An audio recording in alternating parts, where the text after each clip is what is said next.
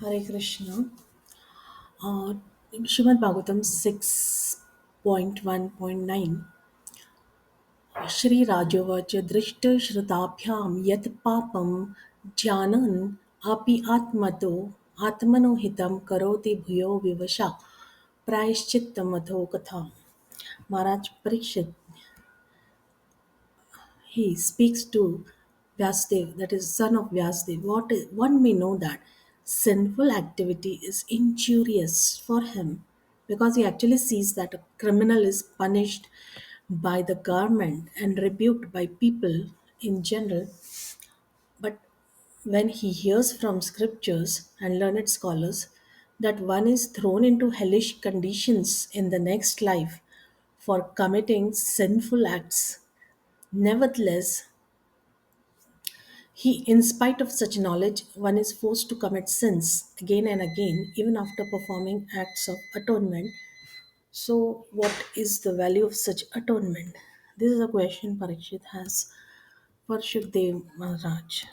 So, his question is again, we'll try to understand. His question is that even after knowing from scholars, learned scholars, and from scriptures, that the result of committing sinful acts is hellish condition again and again. He's forced to commit sins. And in spite of such knowledge, having known that the punishment is there for sure, he keeps on committing the sins again and again. Once he atones for it, again he keeps on committing. So, what is the value of such an atonement? Is the question.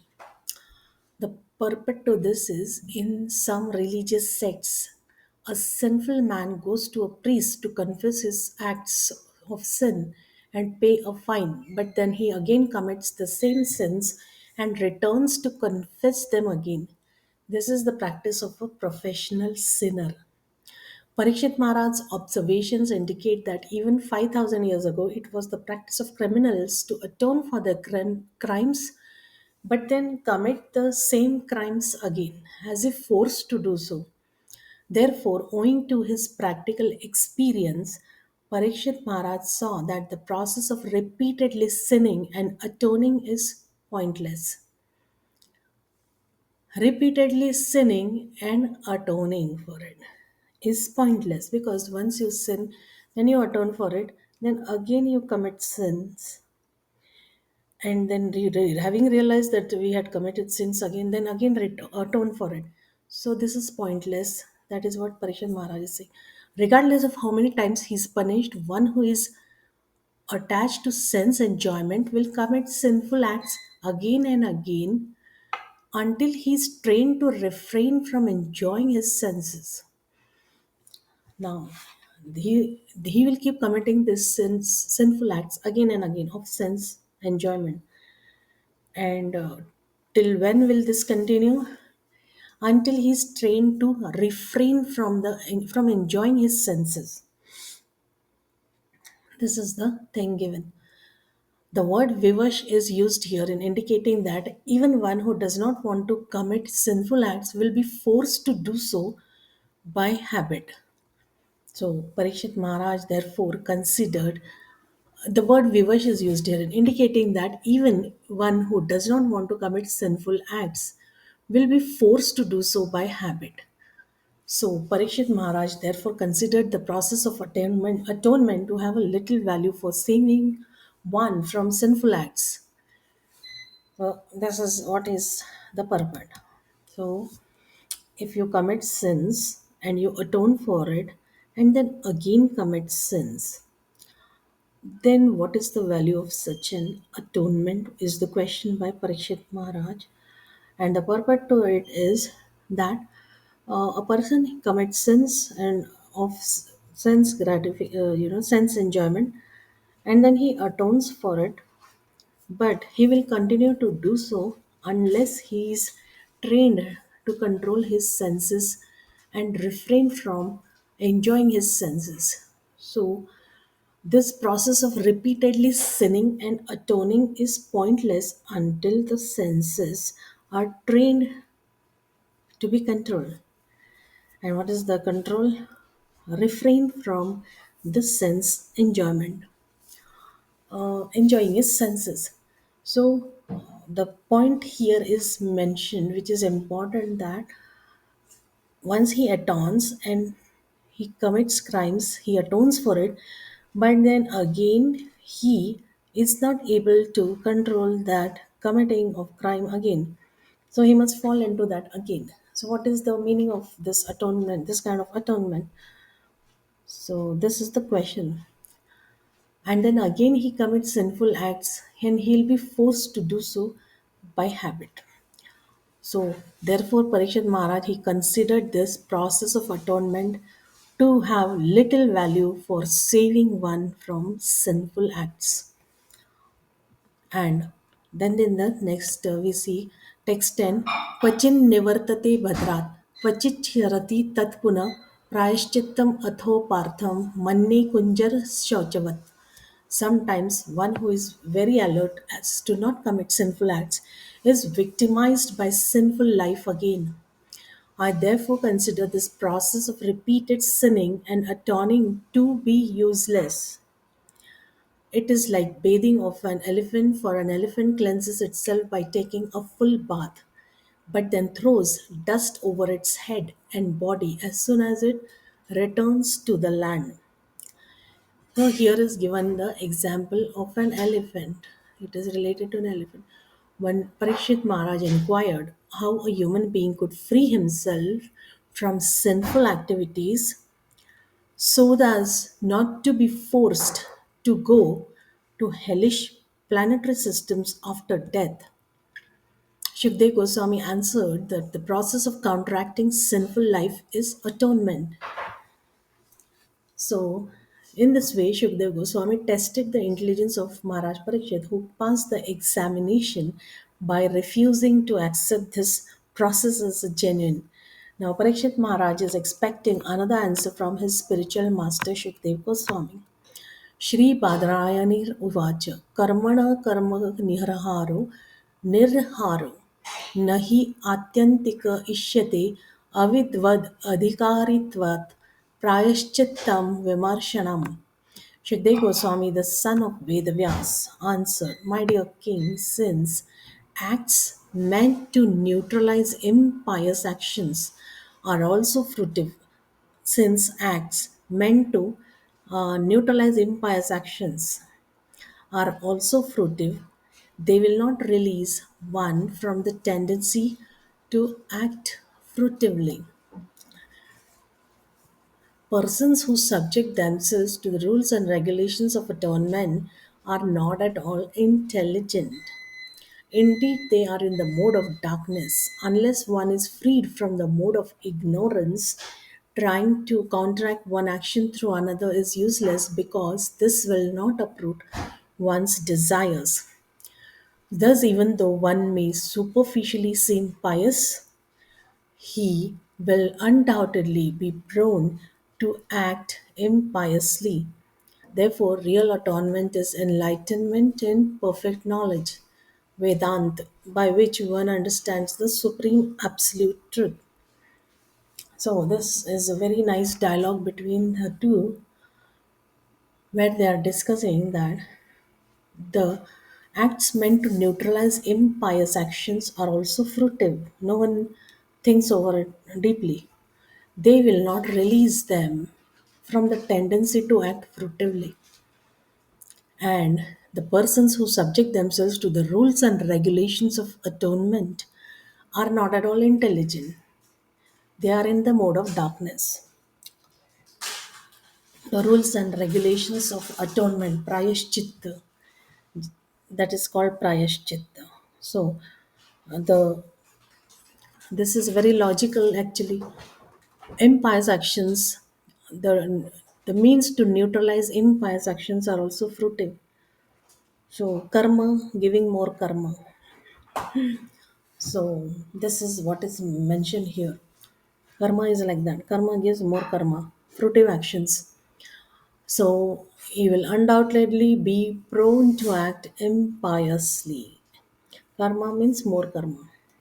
Atonement, karma. some impious act, then atonement, and then more karma, which is fruitive activities. So he gets an answer to this that the real atonement is enlightenment in perfect knowledge, that is knowing Vedanta. The Guru, Shukdev Goswami, has examined Parikshit Maharaj, and it appears that the king has passed one phase of examination by rejecting the process of atonement because it involves fruitive activities. Shukdev Goswami is now suggesting the platform of speculative knowledge.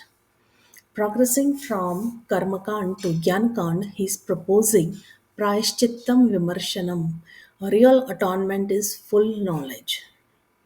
Vimarshan refers to the cultivation of speculative knowledge. Real atonement is full knowledge. So, Vimarshan, he says, Vimarshan refers to the cultivation of speculative knowledge. So, in Bhagavad Gita, karmis who are lacking in knowledge are compared to uh, Bhagavad Gita. Krishna says in the shloka of 7.15, Namam Dushkritino Mudha Prapadyante Naradhama Maya Prata Jnana Asuram Bhavam Ashrita. Those miscreants who are grossly foolish, lowest among mankind, whose knowledge is stolen by illusion and who partake of the atheistic nature of demons, do not surrender unto me.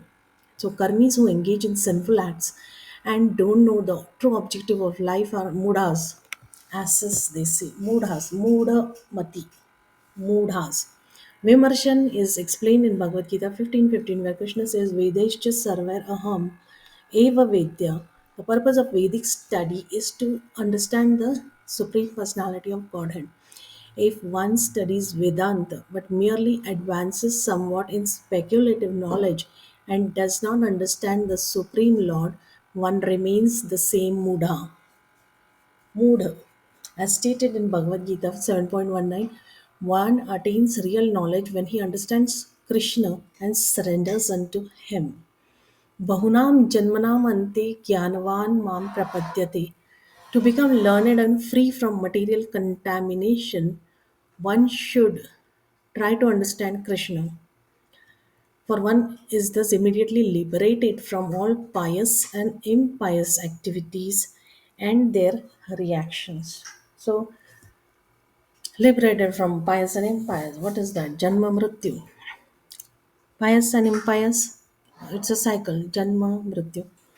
So, Krishna says in Bhagavad Gita that Bahunam Janmanam Ante Ji Jnanavan Mam Prapadyate.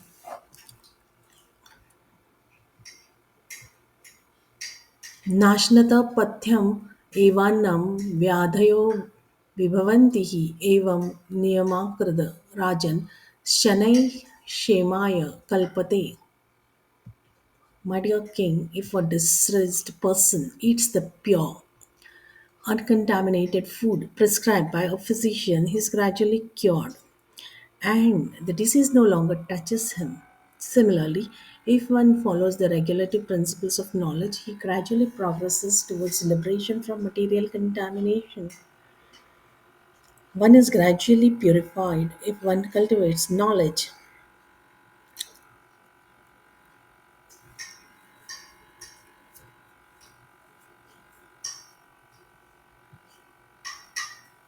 And even through mental speculation and strictly follows the regulative principles enjoined in Shastras and explained in the verses. Therefore, the platform of jnana, speculative knowledge, is better than the karma, the fruitive action. There is every chance of falling from the karma to hellish conditions, but on the platform of jnana, one is saved from hellish life, although one is not still completely free from this disease. The difficulty is that on the platform of Gyan, one thinks that he has been liberated and he has become whatever. This is another phase of ignorance. So, this tendency to fall down is also there. Right, Bhagavatam 10 to 33, 32. It's because of ignorance one speculatively thinks himself liberated from material contamination, although he is not. Therefore, even if one rises to Brahma Gyan, understanding of Brahma, One nevertheless falls down because of not taking shelter of lotus feet of Krishna. Nonetheless, Gyanis at least know what is sinful and pious, and they very cautiously act according to the Shastras.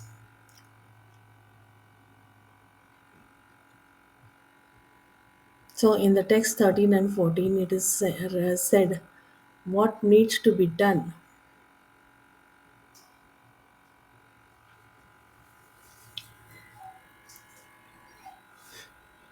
to concentrate and focus the mind in one direction.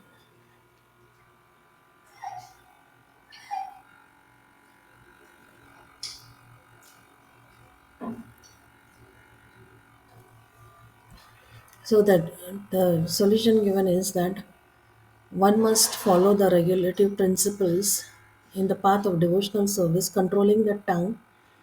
And the tongue can be controlled if one chants the Hare Krishna Mahamantra and does not speak of any subjects other than those of Krishna and does not taste anything not offered to Krishna. If one can control the tongue this way, and the purifying processes will automatically follow. It will be explained in the next verse that the path of devotional service is completely perfect and is therefore superior to the fruitive activities and the knowledge. So,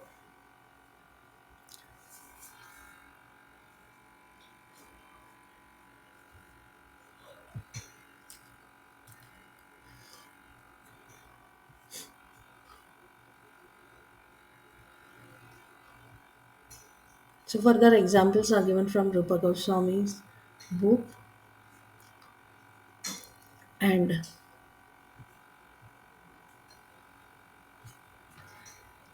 only a rare person who has adopted complete unalloyed devotion service to Krishna can uproot the weeds of sinful actions with no possibility that they will revive. He can do simply by discharging devotional service just as the sun immediately dissipates fog by its rays.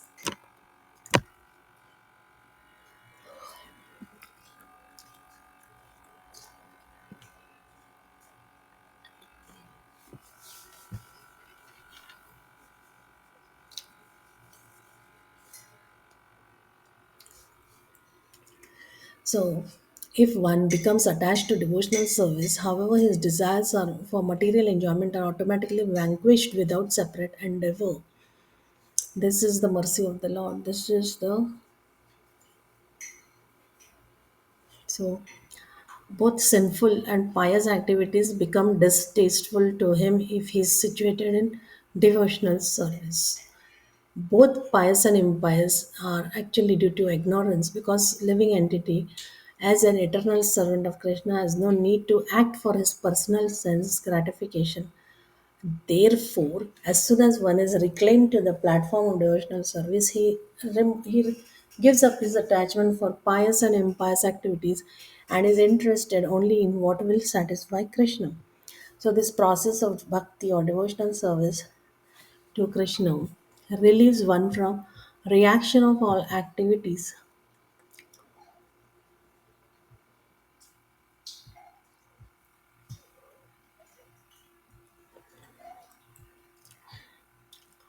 Here, Parikshit is not satisfied with the Gyan, Karmakand and Gyanakand replies, and actually, Shukadeva Goswami is testing him.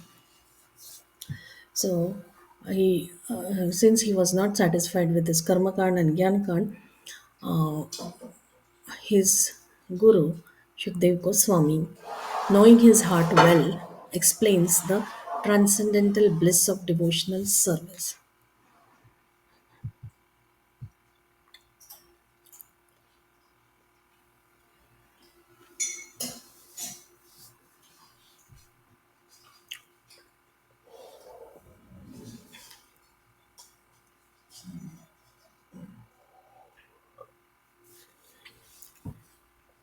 So he removes all his remaining traces of doubt by giving him a proper knowledge and indicating that purity of bhakti as it is preached even uh, by the Goswamis, that it is Kleshagni Shubhada. They say that if you take to devotional service, all kind of unnecessary labor and material distress cease entirely, and Kleshagni Shubhada, and one achieves all good fortune. So bhakti is powerful and is said to be moksha lagutakrit, means it minimizes the importance of liberation. It is kleshagni shubhada and it is moksha lagutakrit.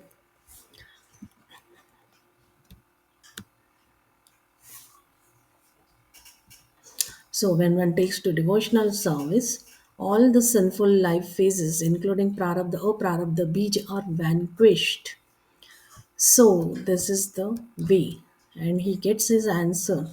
Um, and Jiva Goswami also says on that bhakti may be divided into two divisions: santata and devotional service that is incessantly with faith and love, and kadachit ki. One does not that continue incessantly but is sometimes awakened. Incessant flowing service may be divided into further two categories, and that's how he expresses the opinion that even if one has a desire to commit sinful actions, the root of the desire are vanquished merely by abhas rupa bhakti. So the example of sun is most appropriate. The abhas of bhakti is compared to twilight, and the accumulation of one's sinful activities is compared to fog. Since fog does not spread throughout the sky, the sun need do no more than merely manifest its first rays in the fog disappears immediately. If one has even a slight relationship with devotional service, all the fog of his sinful life is immediately vanquished. So, the atonement for sinful acts, and then again the repeating of the sinful acts. So, what kind of atonement is this? So, this was the reply given by Shukdev Goswami, and this just take abhas, a little tiny abhas rupa bhakti destroys destroys the sinful tendencies, the desire to commit sinful actions. Abhas rupa bhakti. Thank you very much. Hare Krishna.